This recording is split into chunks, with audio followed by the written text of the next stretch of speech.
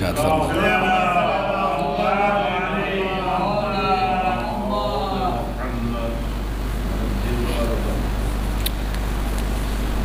باللہ من الشیطان اللعین الرجیم بسم اللہ الرحمن الرحیم الحمد للہ رب العالمین بارئ الخلائق اجمعین باعث الانبیاء والمرسلین والصلاة والسلام علی حبیبہ وخیرتہ حافظ سرہ ومبلغ رسالاتہ ابی القاسم محمد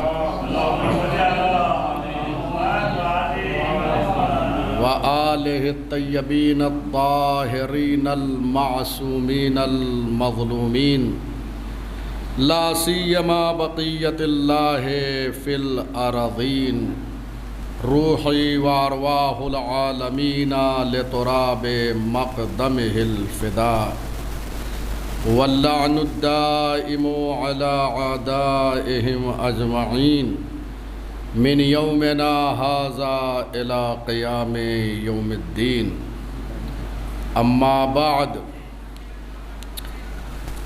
وساست العباد وارکان البلاد۔ ہماری گفتگو ائمہ ہدیٰ علیہم السلام کے صفات اور خصوصیات کے بارے میں چل رہی ہے، اور میں بغیر کسی تمہید کے آنے والے فقرات پہ گفتگو کرتا ہوں، اس لیے کہ الحمدللہ یہ خود ہی یہ تسلسل ہے صفات کے حوالے سے۔ آج یہ 13ویں صفت ہے جس پر ہم گفتگو کریں گے۔ اول روز سے یہ عرض کیا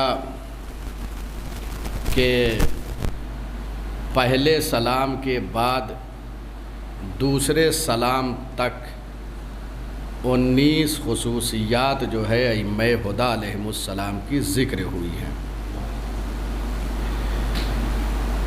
آج یہ جو صفت ہے اس میں یہ کہہ کر سلام کیا جا رہا ہے، سلام ہو آپ پر اے بندوں کے والی و حاکم و سیاست داں۔ یہ مختلف میں نے معنی کیا ہے تاکہ اگر ایک کلمے سے مطلب واضح نہ ہو تو دوسری جگہ واضح ہو جائے۔ وساست العباد، بندوں کے سیاست داں ہیں، اللہ کے بندوں کے سیاست داں ہیں، حاکم ہیں، والی ہیں، تدبیر کار ہیں، زعیم ہیں، امور کی تجویز کرنے والے ہیں۔ یہاں پہ ساست العباد آیا ہے۔ یہ ساست العباد، ساست جو ہے یہ جمع ہے سائس کی، سائس کی جمع ہے ساست، اور یہ سائس جو ہے گرامر کے لحاظ سے اس میں فاعل ہے، اس میں فاعل، جس کا معنی ہے حاکم، والی، سیاست داں۔ اور عباد عبد کی جمع ہے، الحمدللہ سب کے لیے واضح اور روشن ہے۔ سلام ہو آپ پر اے بندوں کے سیاست داں، والی، حاکم۔ یہ ایسے سیاست داں ہیں کہ جو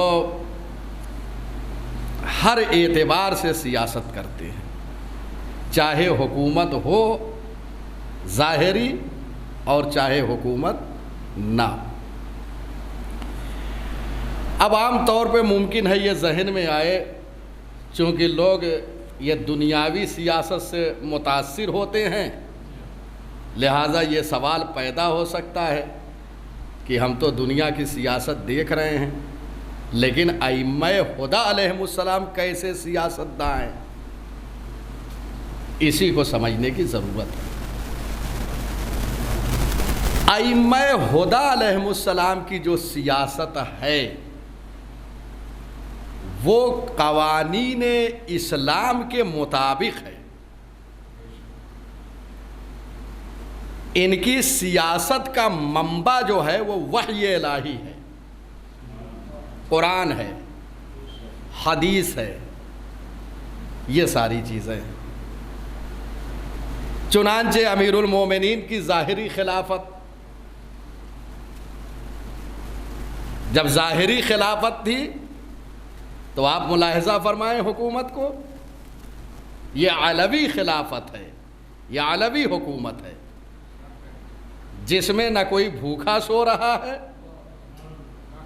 نہ کوئی بغیر ایجوکیشن کے ہے، تعلیم سب کو مل رہی ہے، اور عدالت کا نفاذ ہے۔ یہ سب سے بڑی چیز ہے عدالت۔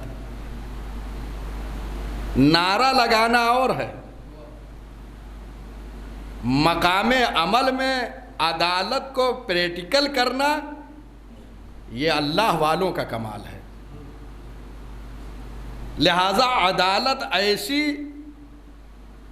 کہ نہ صرف مسلمانوں نے بلکہ غیر مسلموں نے یہ جملہ لکھا ہے، قتل علی علیہ السلام لشدت عدلہ، امیر المومنین شدت عدل کی بنیاد پر شہید کر دیے گئے۔ غور فرما رہے ہیں، یہ عدالت جو نافذ ہوئی ہے حکومت امیر المومنین میں، تو یہ عدالت جو ہے ان افراد کو پسند نہیں تھی جو چاہتے تھے کہ حکومت جو ہے دنیاوی نقطہ نظر سے چلے، لہذا ان کو حکومت یہ پسند نہیں تھی۔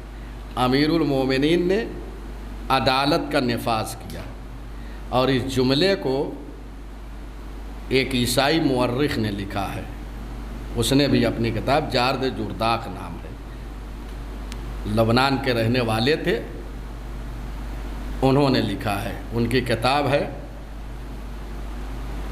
عدالت انسانی کی آواز، صوت العدالت الانسانی، عربی زبان میں لکھی، ظاہراً اردو زبان میں بھی اس کا ترجمہ ہوا ہے، بہترین کتاب لکھی ہے۔ تو یہ حکومت، اب حکومت چاہے ظاہری ہو یا نہ ہو، یہ ہر حالت میں بندوں کے والی اور حاکم ہیں، اور انہیں یہ حکومت جو ہے یہ دنیا والوں نے نہیں دی ہے، یہ اللہ نے عطا کی ہے۔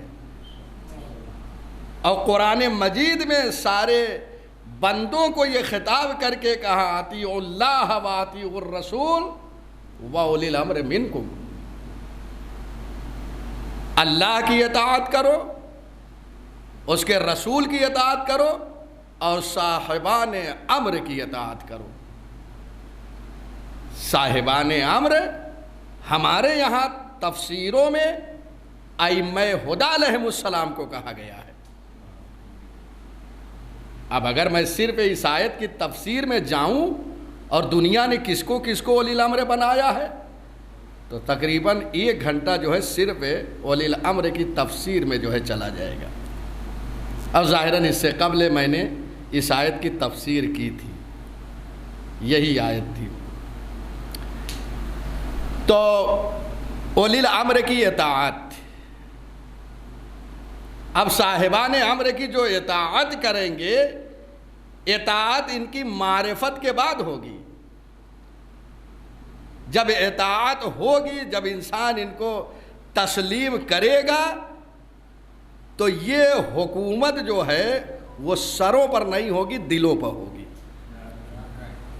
اور متعدد آیتیں ہیں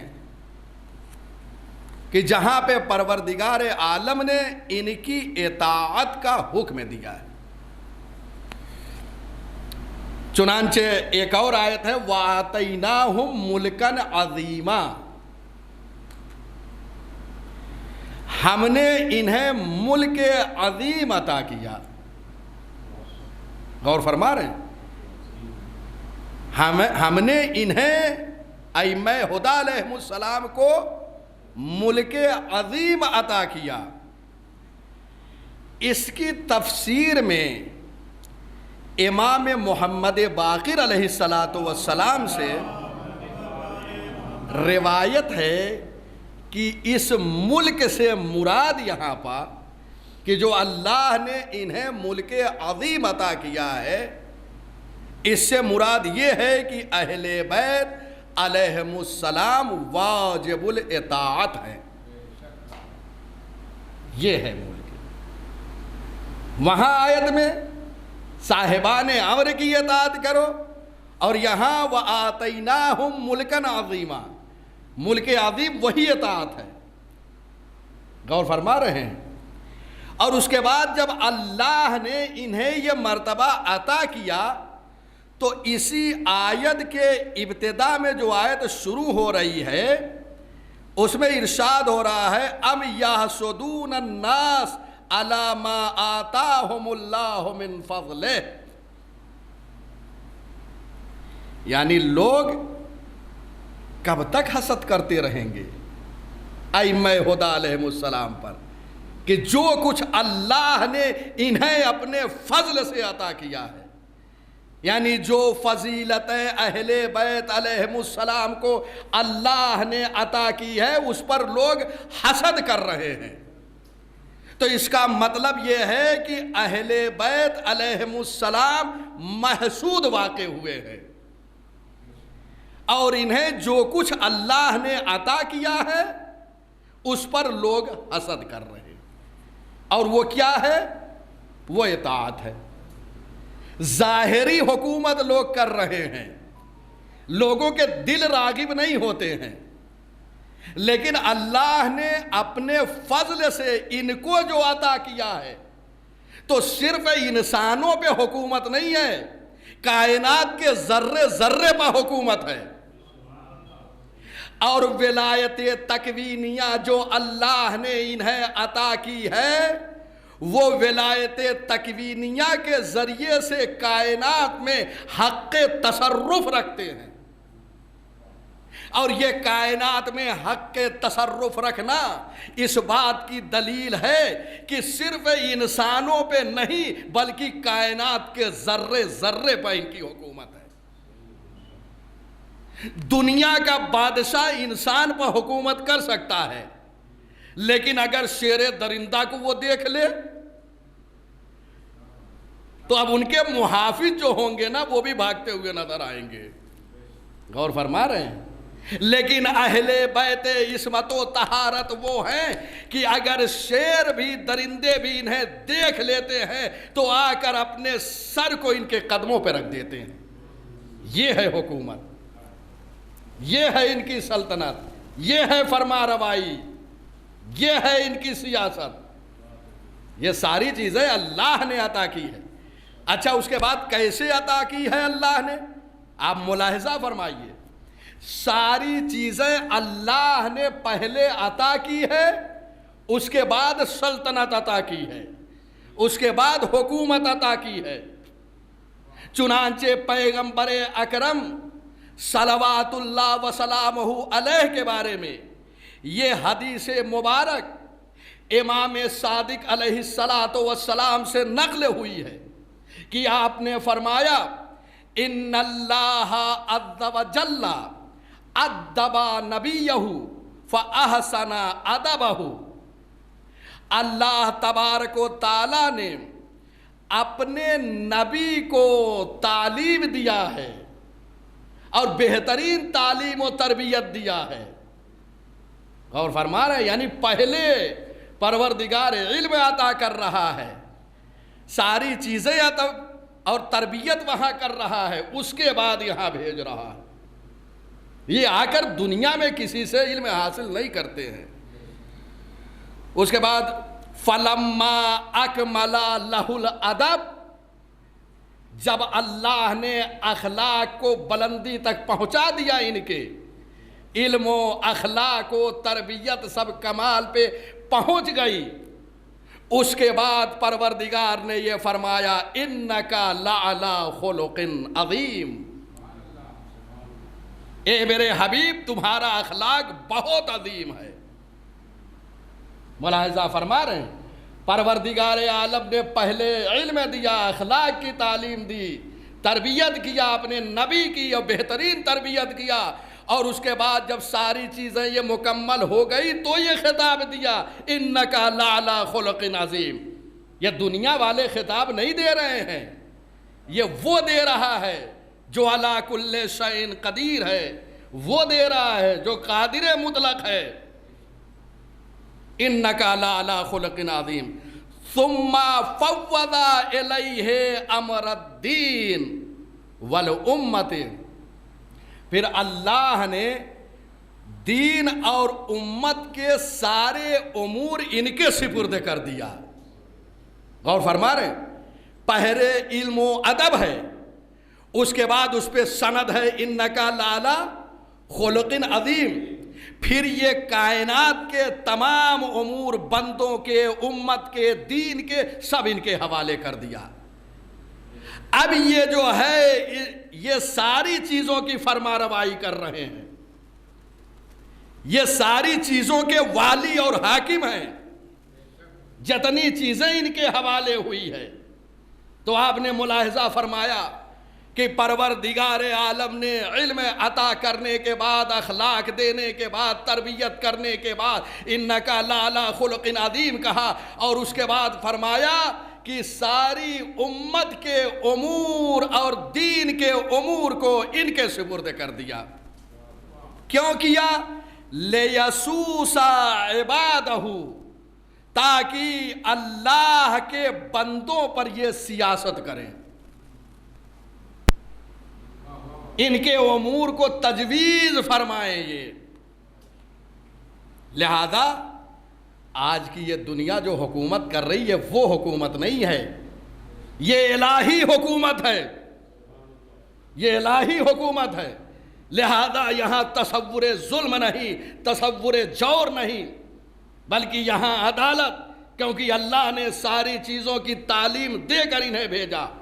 جب اخلاق کے اعلیٰ درجے پر فائز ہو گئے، اور یہیں پر ایک جملہ میں رک کے جملہ معترضہ کے طور پہ کہہ دوں کہ آج بہت سے یہ کہتے ہیں کہ جہاں پر لوگ پڑھے لکھے ہوتے ہیں وہاں پر جو ہے جھگڑا نہیں ہوتا ہے، وہاں پر جنگ نہیں ہوتی ہے، وہاں پر امن و سکون سے رہتے ہیں۔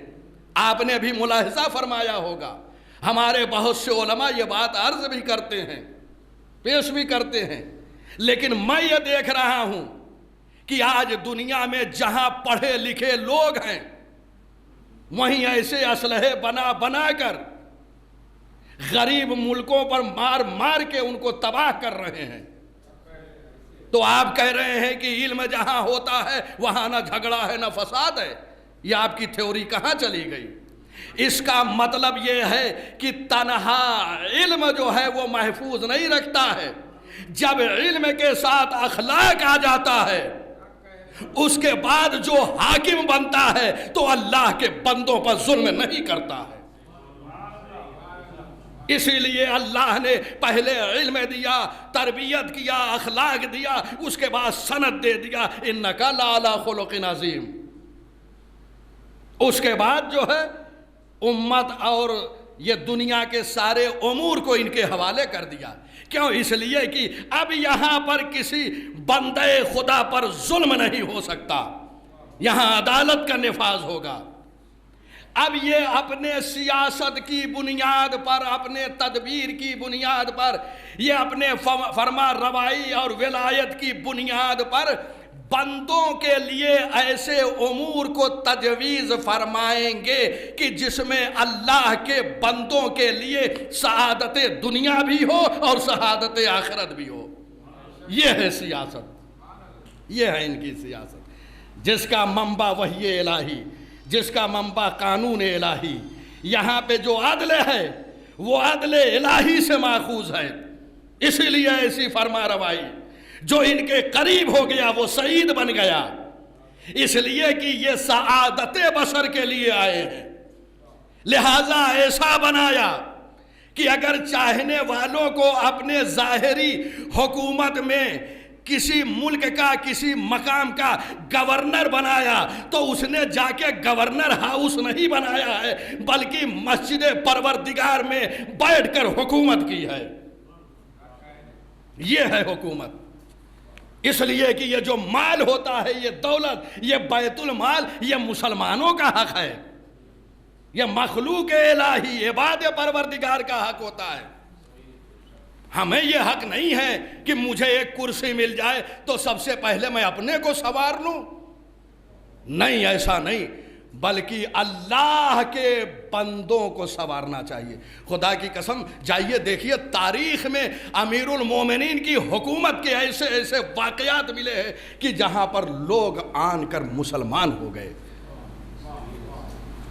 آپ کے زمانے خلافت میں آپ کی زرہ چوری ہو جاتی ہے، ایک عیسائی کے پاس ہے، امیر المومنین نے کہا چلو قاضی کے پاس، یہ میری زرہ ہے، لیکن عیسائی کہہ رہا یہ زرہ میری ہے۔ جھگڑا ہوا، نزاع واقع ہوا، قاضی کے پاس گئے، جو قاضی نے فیصلہ کیا امیر المومنین نے مان لیا۔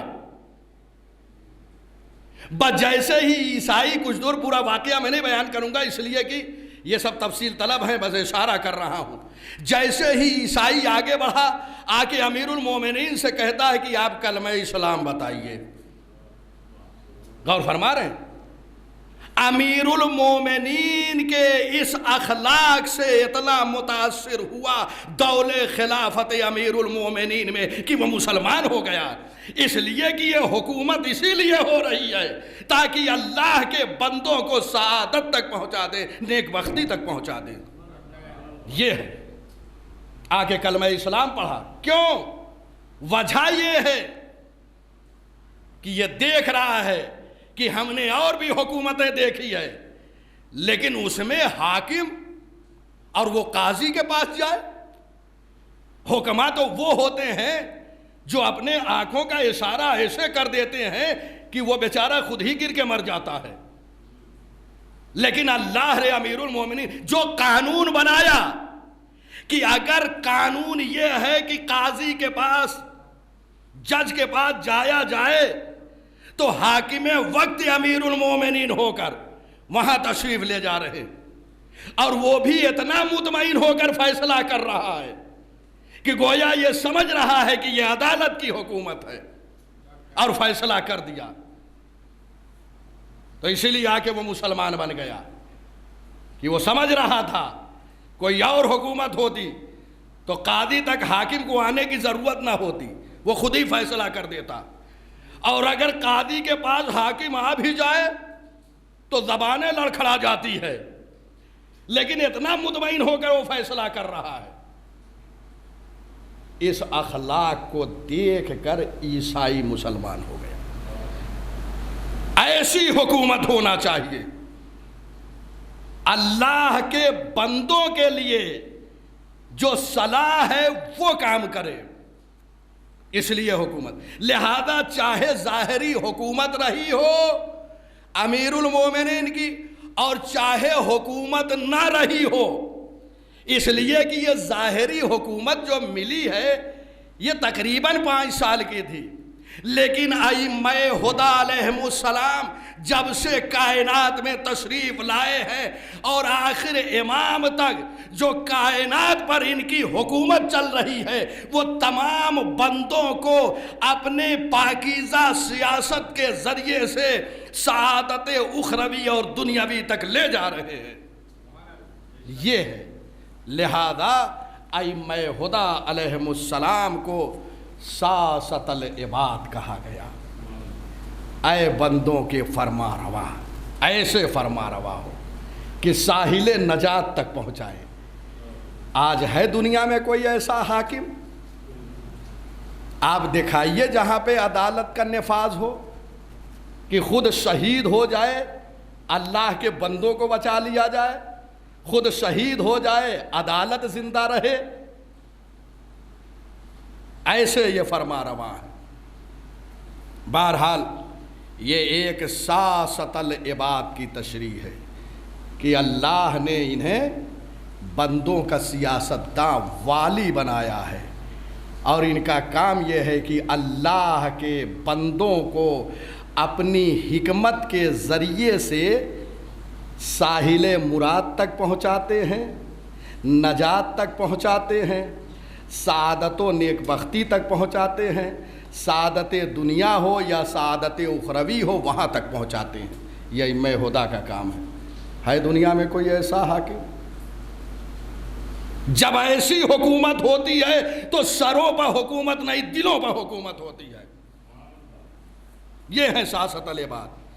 اس کے بعد کا فقرہ وَأَرْكَانَ الْبِلَادِ، سلام ہو آپ پر، آپ بلاد کے رکن ہیں، سلام ہو آپ پر اے شہروں کے رکن و ستون۔ یہ بظاہر پہلے میں ترجمہ کرتا ہوں، اس کے بعد اس کے معنی و بیان کی طرف جاتا ہوں۔ یہاں پہ ارکان جمع ہے رکن کی۔ رکن آپ سنتے رہتے ہیں، رکن کے معنی جو کیے گئے ہیں وہ یہ ہے کہ کسی شے کا اصلی جز کہ اگر وہ نہ ہو تو وہ چیز باقی نہیں رہ سکتی، یعنی ستون۔ ستون جیسے عمارت، بارہا یہ بیان میں نے کیا کہ عمارت کے لیے آپ محسوس کرتے ہیں ایک ستون کا ہونا ضروری ہے، اگر ستون نہ ہو تو عمارت باقی نہیں رہ سکتی۔ ارکان رکن کی جمع ہے، رکن کے معنی ستون کے ہیں، بنیاد کے ہیں، اصل کے ہیں۔ بلاد، بلاد جو ہے یہ جمع ہے بلد کی، بلد کے معنی شہر کے ہیں۔ اے شہروں کے ستون آپ پر سلام ہو، یہ ترجمہ ظاہری جو ہے ہو گیا۔ لیکن یہاں پر شہر سے مراد کیا ہے یہ سمجھنا ہے، کیونکہ بلد شہر کو کہتے ہیں۔ عربی زبان میں بلد پوچھتے ہیں جو عربی دنیا میں رہے ہیں، من ای البلاد، یہ سوال کرتے ہیں کہاں کے رہنے والے ہیں، کس شہر کے ہیں، تو بلاد شہر کو کہتے ہیں۔ لیکن یہاں پر جو معنی ہے وہ یہ شہر مراد نہیں ہے جو شہر ہم دیکھ رہے ہیں، یعنی ائمہ ہدیٰ علیہم السلام ارکان البلاد، زمین کے رکن ہیں۔ میں نے معنی کیا کیا؟ بلد کا زمین کیا۔ اب زمین چاہے آباد ہو یا غیر آباد دونوں کو شامل ہے، یعنی پوری یہ زمین جو ہے اس کے لیے رکن ہے ائمہ علیہم السلام۔ غور فرما رہے ہیں؟ اب یہ رکن جو ہیں یہ کیسے، یہ ملاحظہ فرمائیں، اور اس کے لیے میں شاہد بھی لا رہا ہوں۔ یہاں بلد جو ہے اس سے مراد شہر نہیں ہے بلکہ زمین ہے، چاہے زمین آباد ہو یا غیر آباد ہو۔ قرآن مجید میں دلیل بہترین موجود ہے، وَالْبَلَدُ الطَّيِّبُ يَخْرُجُ نَبَاتَهُ بِإِذْنِ رَبِّهِ وَالَّذِي خَبَثَ لَا يَخْرُجُ إِلَّا نَكِدًا۔ یہ قرآن مجید کی آیت ہے۔ یہاں وَالْبَلَدُ الطَّيِّبُ یعنی بلد طیب، بلد طیب کا معنی ہے اور جو زمین پاکیزہ ہے، عمدہ ہے،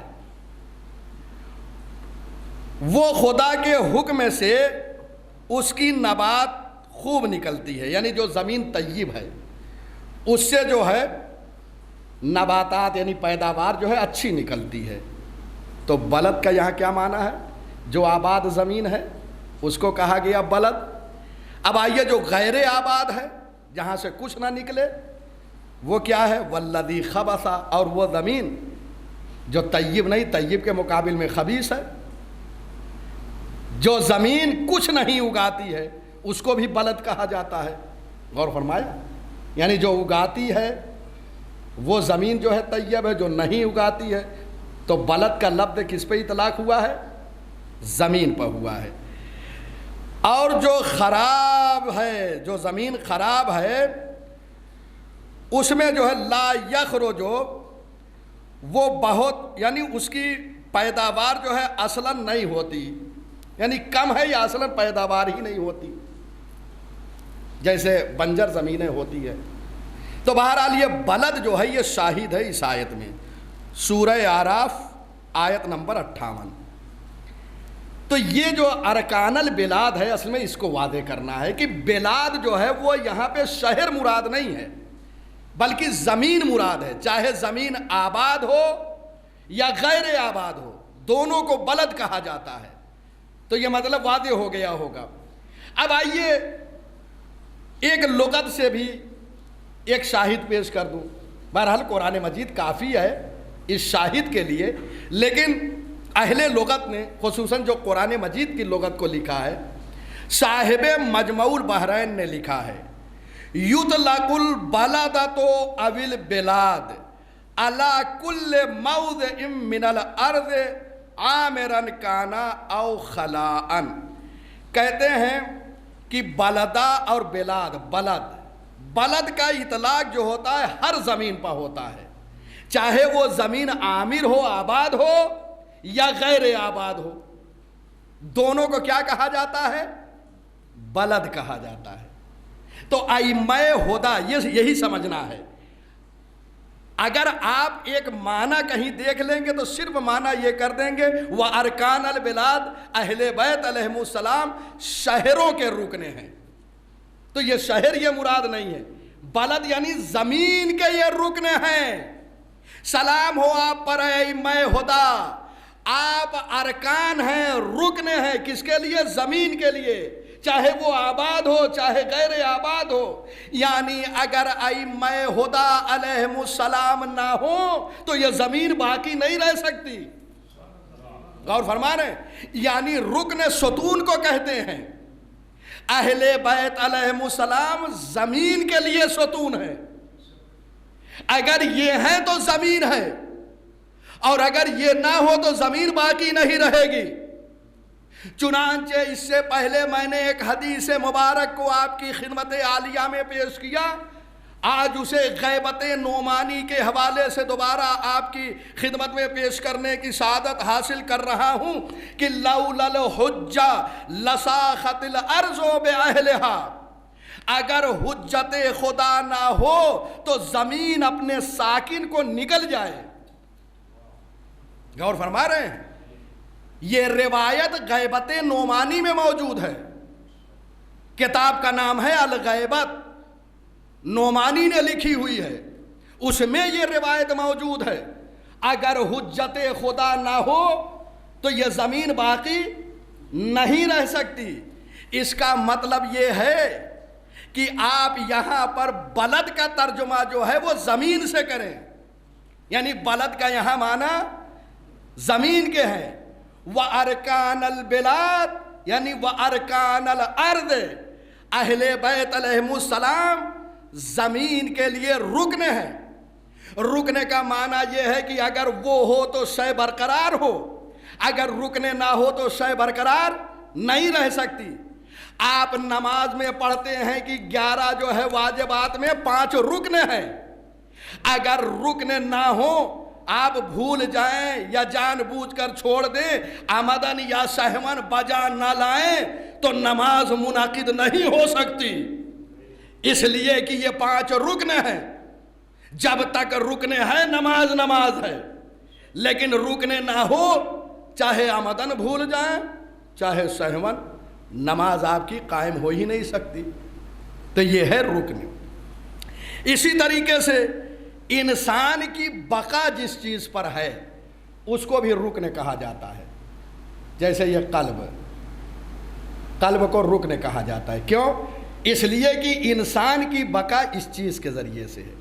اگر قلب نہ ہو یا ہر وہ شے جس پر حیات انسانی موقوف ہے وہ انسان کے لیے رکن ہے، اگر وہ نہ ہو تو انسان زندہ نہیں رہ سکتا، انسان مر جائے گا۔ اب سمجھ میں آیا اہل بیت علیہم السلام کو ارکان بلاد زمین کے لیے رکنے کیوں کہا گیا؟ اگر اہل بیت علیہم السلام ہیں تو یہ زمین باقی ہے، اگر یہ نہ ہو تو زمین ختم ہو جائے گی، یہ ہے رکنے۔ چنانچہ آپ دعائے ندبہ میں بھی پڑھتے ہیں اَيْنَ السَّبَبُ الْمُتَّصِلُ بَيْنَ الْأَرْضِ والسماء، یہ سبب اتصال ہیں زمین و آسمان کے لیے۔ لولا الحجہ، اگر حجت خدا نہ ہو تو زمین و آسمان ختم ہو جائیں۔ اسی لیے جو ہے اللہ نے انہیں رکن بنایا ہے۔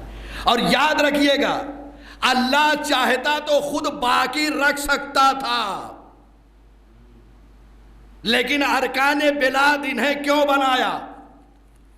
تو فلاسفہ کا ایک قانون ہے کہ کوئی شے بغیر سبب اور بغیر علت کے کائنات میں وجود نہیں دے سکتی، یعنی یہ پوری کائنات سبب و مسبب اور علت و معلول پہ چل رہی ہے۔ یہ کائنات سبب و مسبب کے نظام پہ چل رہی ہے، علت و معلول کے نظام پہ چل رہی ہے۔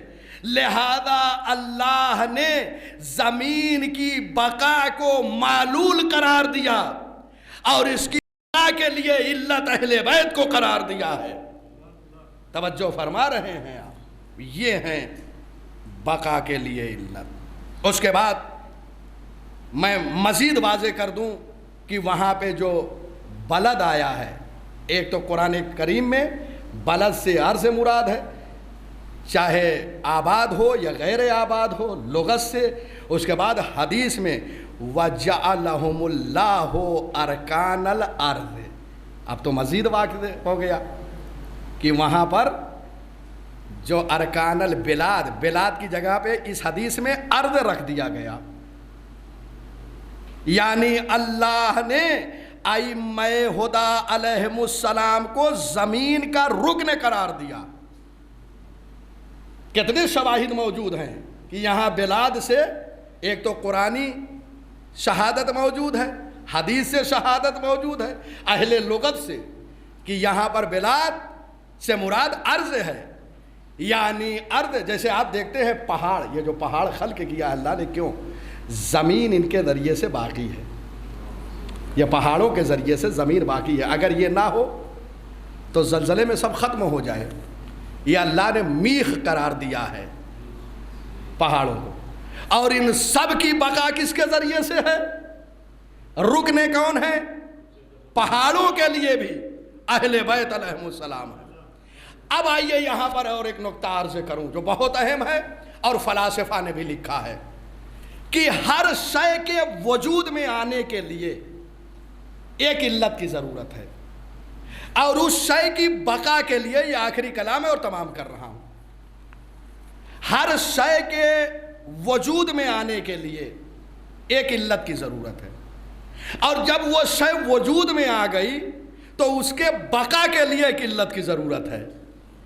غور فرما رہے ہیں؟ یعنی جیسے یہ دیوار، یہ عمارت، اس کو وجود میں لانے کے لیے ایک علت کی ضرورت ہے،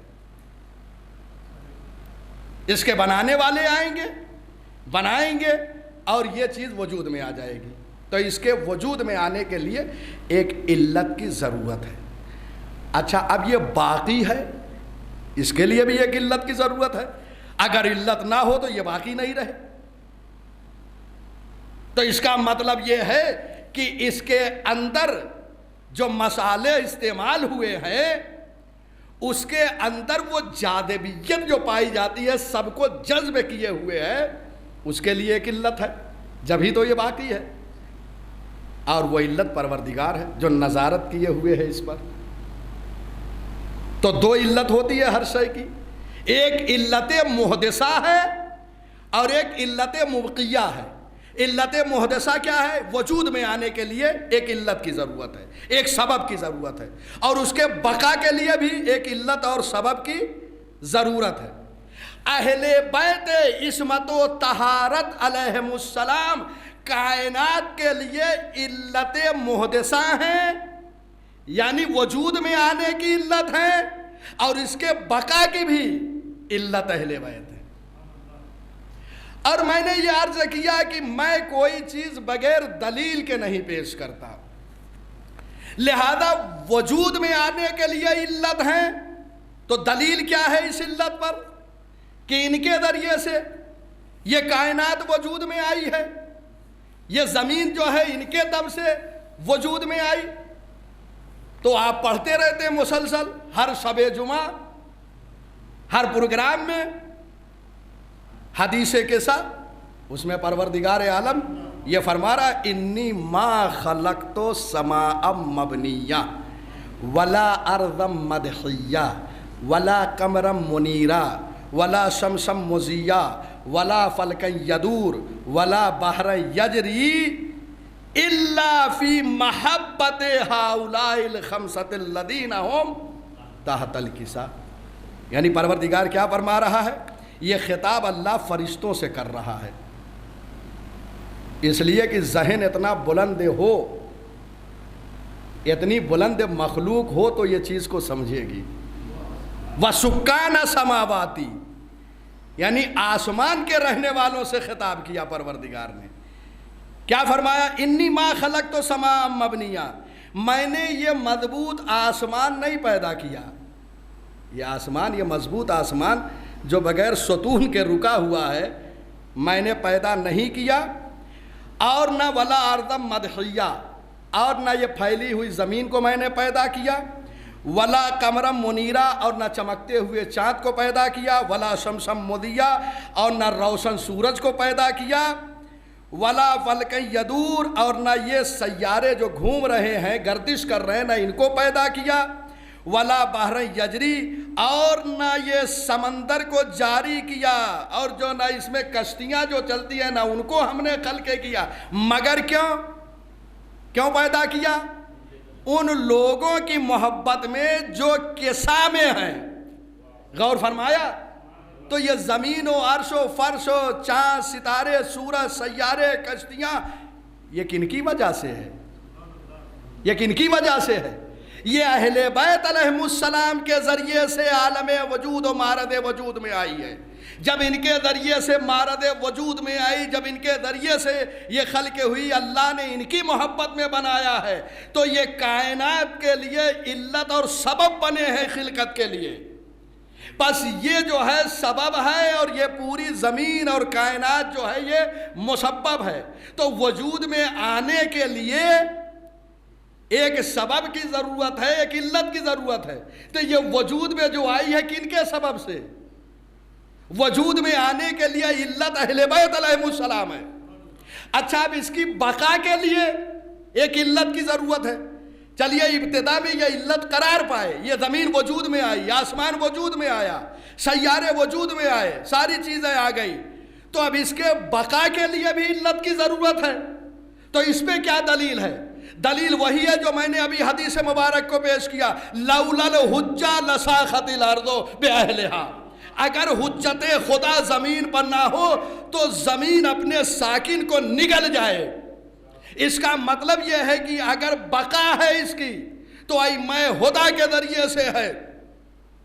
تو آپ نے ملاحظہ فرمایا کہ اس کے وجود میں آنے کے لیے ایک سبب اور علت کی ضرورت ہے، اور اس کے بقا کے لیے بھی ایک علت کی محتاج ہے۔ اور یہ فلاسفہ نے کہا ہے کسی شے کے وجود میں آنے کے لیے، کسی شے کے وجود میں آنے کے لیے ایک علت کی ضرورت ہے جسے علت محدثہ کہتے ہیں، بقا کے لیے بھی ضرورت ہے جسے علت مبقیہ کہتے ہیں۔ زمین کی علت محدثہ وجود میں آنے کے لیے اہل بیت علیہ السلام سبب ہیں، اور اس کی بقا کے لیے علت مبقیہ بھی اہل بیت ہے۔ لولا الحجہ لساخت الارض باہلہا، اگر حجت خدا نہ ہو تو یہ زمین نہیں رہ سکتی، یہ آسمان نہیں رہ سکتی۔ اب آئیے، یہ اہل بیت علیہ السلام کے چاہنے والوں نے تسلیم کیا ہے کہ زمین کے لیے ایک علت محدثہ ضروری ہے، اور بقا کے لیے علت مبقیہ، یعنی باقی رہنے کے لیے۔ اس بات کو غور سے سنیے، اب اہم بات تتمہ کلام ہے، اس بات کو اہل سنت نے بھی تسلیم کیا ہے، لیکن ذرا سا فرق کے ساتھ، یہ سماعت فرما لیجئے۔ اہل سنت نے بھی کہا کہ کائنات کے وجود میں آنے کے لیے ایک علت کی ضرورت ہے، ایک سبب کی ضرورت ہے، اور اس کے بقا کے لیے بھی ایک علت اور سبب کی ضرورت ہے۔ شیعہ روایتوں سے میں نے پیش کر دیا، لیکن ذرا سا فرق کے ساتھ اہل سنت نے نقل کیا ہے۔ یہ روایت آپ کو ینابیع المودع میں مل جائے گی، جلد 1 صفحہ 72 پہ یہ روایت موجود ہے کہ صاحب ینابیع المودع نے لکھا ہے کہ اس کائنات کے وجود میں آنے کے لیے محمد مصطفیٰ صلی اللہ علیہ وآلہ وسلم علت محدثہ ہیں، یعنی ایجاد کی علت جو ہے وہ مصطفیٰ ہے۔ انہوں نے تنہا ایجاد کی علت کس کو قرار دیا؟ محمد مصطفیٰ صلی اللہ علیہ وآلہ وسلم۔ اور ہمارے یہاں کیا ہے؟ اہل بیت علیہم السلام علت ہے، اور بقا کی علت اہل بیت علیہم السلام ہے۔ لیکن ینابیع المودع میں یہ حدیث انہوں نے نقل کیا ہے، یہ ان کا نظریہ ہے کہ ان اللہ خلق الارض من اجل النبی، اللہ نے زمین کو نبی کی وجہ سے خلق کیا ہے، تو تنہا نبی کو علت محدثہ قرار دیا۔ وجود میں آنے کے لیے زمین کے علت کون ہے؟ پیغمبر اکرم۔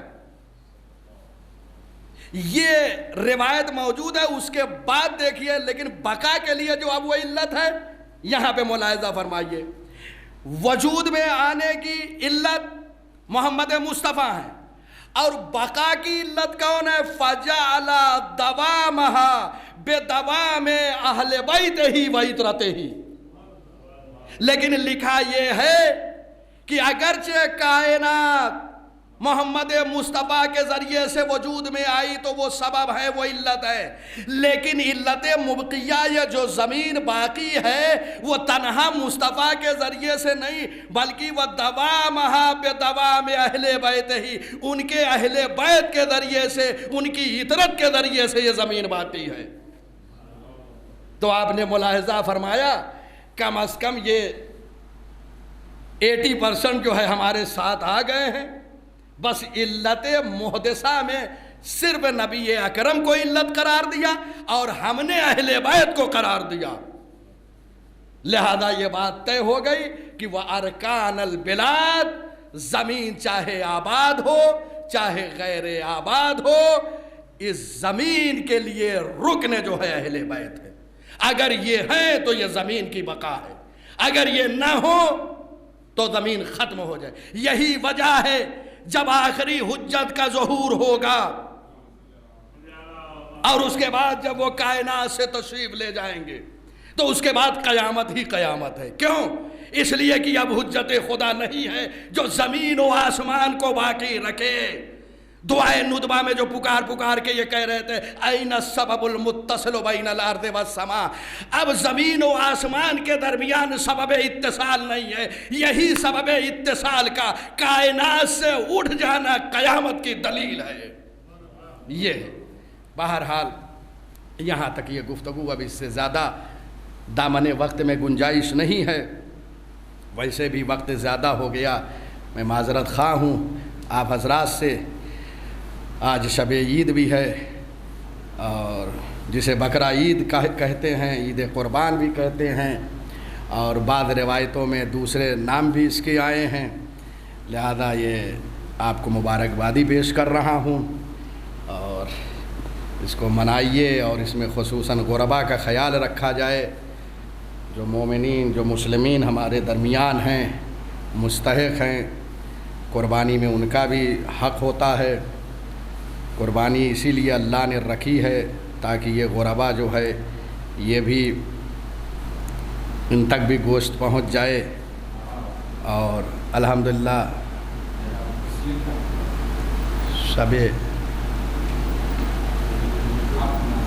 سب ہو گئی ہے بہرحال۔ تو اس کے لیے 3 حصے جو ہے گوشت کے کرنے ہیں۔ ایک حصہ خود انسان اپنے لیے رکھے، ایک حصہ جو ہے عام مومنین میں تقسیم کرے، مسلمانوں میں، اور ایک حصہ خاص کر جو غریب اور مستحق مسلمان ہیں ان کے درمیان جو ہے تقسیم کرے، تاکہ گوشت ہر ایک تک پہنچ جائے۔ یہ فلسفہ قربانی کا یہی ہے، اور اس کے لیے روایتیں بھی ہے۔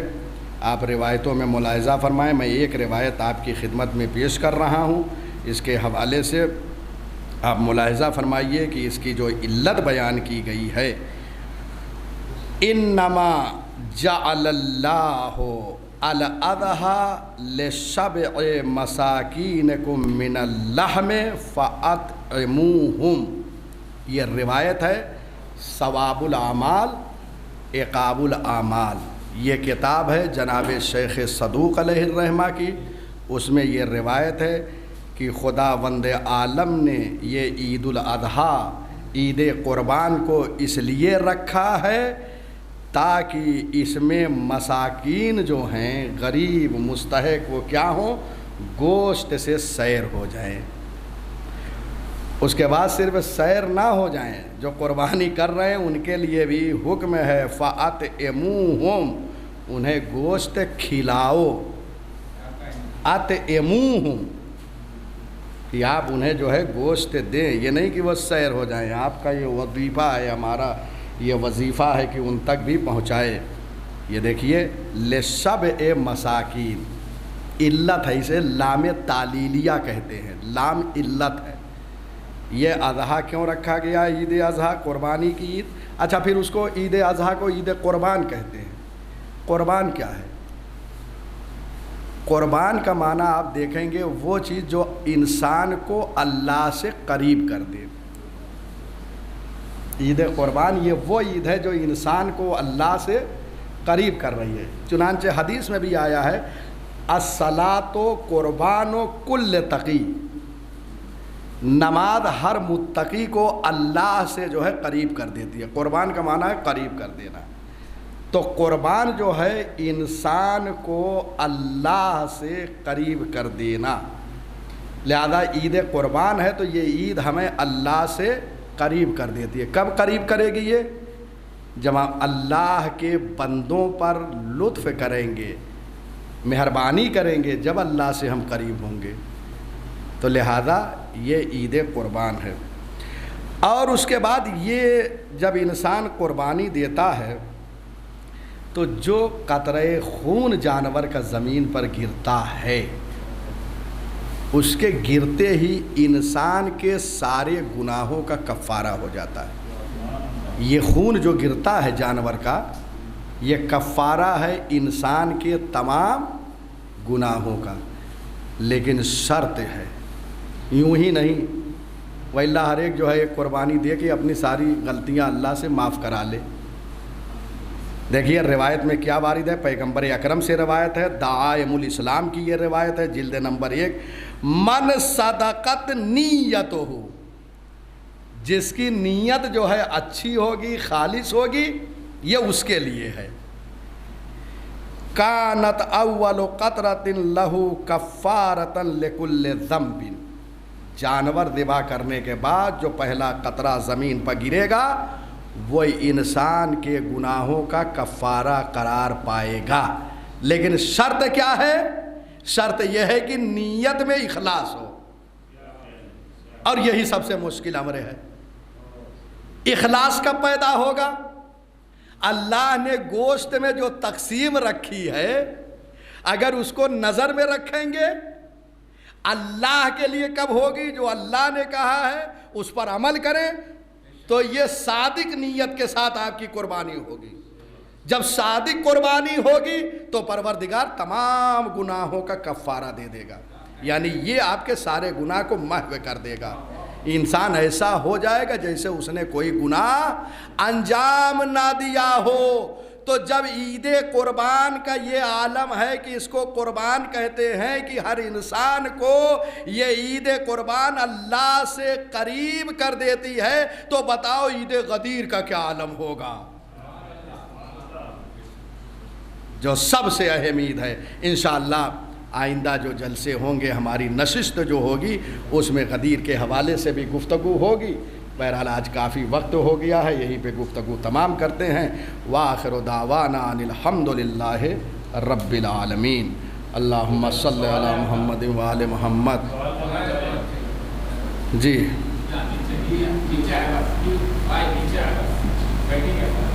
بیٹھتے ہیں۔ بہرحال دعا کرا دیں، شب عید ہے اور آج دعا کا دن بھی تھا، جو یہ 9 ذی الحجہ جو ہم دن میں گزار کے اور شب میں داخل ہوئے ہیں، یہ عرفہ بہت اہم، اس میں دعائے عرفہ، خدا کی قسم جو جملات اس میں امام حسین علیہ السلام نے فرمائے ہیں، ان کے بھی شرح کی ضرورت ہے ایک ایک کلمے کی، کہ بہرحال سب سے اہم وہ فقرہ جو امام نے انسان کی زندگی کے لیے لاہ عمل قرار دیا، دستور زندگی قرار دیا، وہ یہ ہے کہ امام حسین علیہ السلام مقام عرفات میں خانہ کعبہ کی طرف رک کر کے گریہ کناں ہو کر یہ جملہ ارشاد فرما رہے ہیں کہ پروردگار، اس نے کائنات میں کیا کھویا جس نے تجھے پا لیا۔ یہ فقرہ ہے کہ جس نے تجھے پا لیا اس نے کیا کھویا، اور اس نے کیا پایا جس نے تجھے کھو دیا۔ بھائی یہی فلسفہ حسین ابن علی نے بیان فرما دیا تھا کہ میرے معبود، حسین نے تجھے پا لیا ہے، یہ ساری کائنات حسین کی، یہ سب کچھ حسین نے پا لیا، اور یزید نے تجھے چھوڑ دیا، گویا اس نے کچھ نہیں پایا۔ یہ فیصلہ کن جملہ تھا سرکار سید الشہداء امام حسین علیہ السلام کا۔ ایسے بہت سارے فقرات ہیں۔ آج بخدا جب میں پڑھ رہا تھا، کیف کر رہا تھا جملات پڑھ پڑھ کے امام، اور گریہ بھی آ رہا تھا کہ امام حسین نے مقام عرفات میں یہ دعا پڑھی ہے، عظیم دعا ہے، ہمیشہ پڑھیے۔ یہ دعاؤں کو صرف ایک دن سے مخصوص نہ کر دیجئے، یہ انسان کی زندگی کے لیے جو ہے لاہ عمل ہے، اور یہ انسان کی زندگی کو طے کرنے کے لیے ائمہ ہدیٰ علیہم الصلاۃ نے ایسی دعاؤں کو پیش کیا ہے۔ لہذا آئیے بارگاہ رب العزت میں سب کے لیے دعا گو ہوں۔ خدایا بحق الزہرا و ابیہا و بالہا و بنیہا وَالسِّرِّ الْمُسْتَوْدَعِ فِيهَا، اس ذکر قلیل کو ہم سے قبول فرما۔ یا اللہ، جو بیمار ہیں انہیں بحق بیمار کربلا شفاء کاملہ و عاجلہ عنایت فرما۔ ہمارے مظفر بھائی سلیم بھائی نے فرمایا تھا کہ وہ بھی علیل ہیں، بہرحال گھر آ گئے ہیں، لیکن مزید جو ہے ان کے شفا یابی کے لیے، ان کی صحت کے لیے، ان کی تندرستی کے لیے دعا کرے کہ پروردگارہ انہیں بحق بیمار کربلا مکمل شفاء کاملہ و عاجلہ عنایت فرما۔ اور بھی بعض حضرات ہیں، ایک عالم دین ہے رائے پور میں، وہ بھی کافی علیل ہیں، اس وقت ہاسپٹل میں ہیں، کافی فعال ہیں، سرگرم ہیں تبلیغ دین میں، وہاں پروردگارہ تجھے واسطہ ہے محمد و آل محمد کی عظمت کا، انہیں بھی شفاء کاملہ و عاجلہ عنایت فرما۔ اور جہاں جہاں بھی شیعان حیدر کرار بیمار ہیں، اپنے گھروں میں ہیں، ہاسپٹل میں ہیں، انہیں بھی شفاء کاملہ و عاجلہ مرحمت فرما۔ یا اللہ، جب تک اس دنیا میں زندہ ہیں قرآن اور ولائے اہل بیت علیہم السلام کے ساتھ متمسک رہیں۔ اے اللہ، جو ناقد خدا ہیں ان کی قد خدائی فرما۔ پروردگارہ تجھے واسطہ ہے محمد و آل محمد کی عظمت کا، جو لاولد ہیں ان کو اولاد کی نعمت عطا فرما، جنہیں اولاد جیسی نعمت عطا کی ہے پروردگار، ان کی اولاد کو نیک اور صالح بنا، ان اولاد کو ماں باپ کے لیے زینت قرار دے۔ پروردگارہ تجھے واسطہ ہے محمد و آل محمد کی عظمت کا، مزارات مقدسہ کی حفاظت فرما، شیعان حیدر کرار کی حفاظت فرما۔ اے اللہ، تجھے واسطہ ہے محمد و آل محمد کی عظمت کا، وہ مومنین جو کل تک ہمارے درمیان تھے اب ہمارے درمیان نہیں رہے ہیں، برزخ کی زندگی کو طے کر رہے ہیں، پروردگارہ آج شب عید ہے، عید میں لوگ بڑی بڑی چیزیں عنایت کرتے ہیں، تجھے لوگ اللہ اکبر پکارتے ہیں۔ پروردگارہ عید میں ہم تجھ سے یہی ساری چیزیں چاہتے ہیں، کہ ان مومنین کے گناہان صغیرہ و کبیرہ کو معاف فرما دے۔ اے اللہ تجھے واسطہ ہے محمد وال محمد کی عظمت کا، جنہیں معاف کر دیا ہے انہیں جوار معصومین میں جگہ عنایت فرما۔ اے اللہ تجھے واسطہ ہے محمد وال محمد کی عظمت کا کہ اپنی حجت یگانہ جو حجت اللہ ہے، جو بقیت اللہ ہے، جو منتقم خون حسینی ہے، اس کے ظہور میں تعجیل عنایت فرما۔ اے اللہ آج دن میں ہم نے رو کر اپنے سینے کو صاف کر لیا ہے، آنکھوں کو پاک کر لیا ہے۔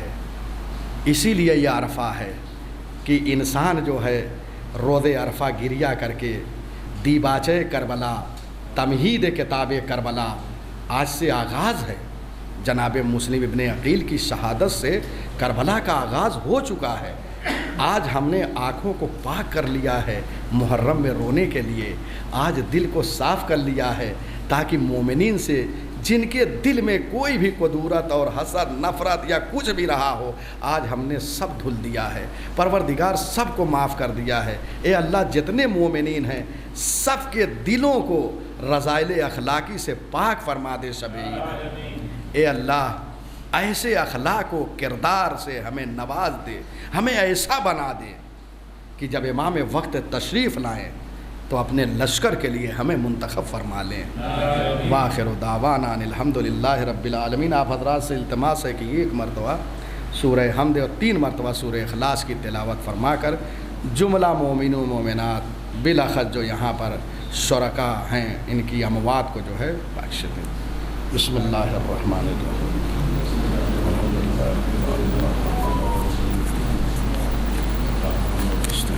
صراط المستقیم صراط الذین انعمت علیہم غیر المغضوب علیہم ولا الضالین۔ بسم اللہ الرحمن الرحیم۔ قل هو اللہ احد اللہ الصمد لم یلد ولم یولد ولم یکن له کفوا احد۔ بسم اللہ الرحمن الرحیم۔ قل هو اللہ احد اللہ الصمد لم یلد ولم یولد ولم یکن له کفوا احد۔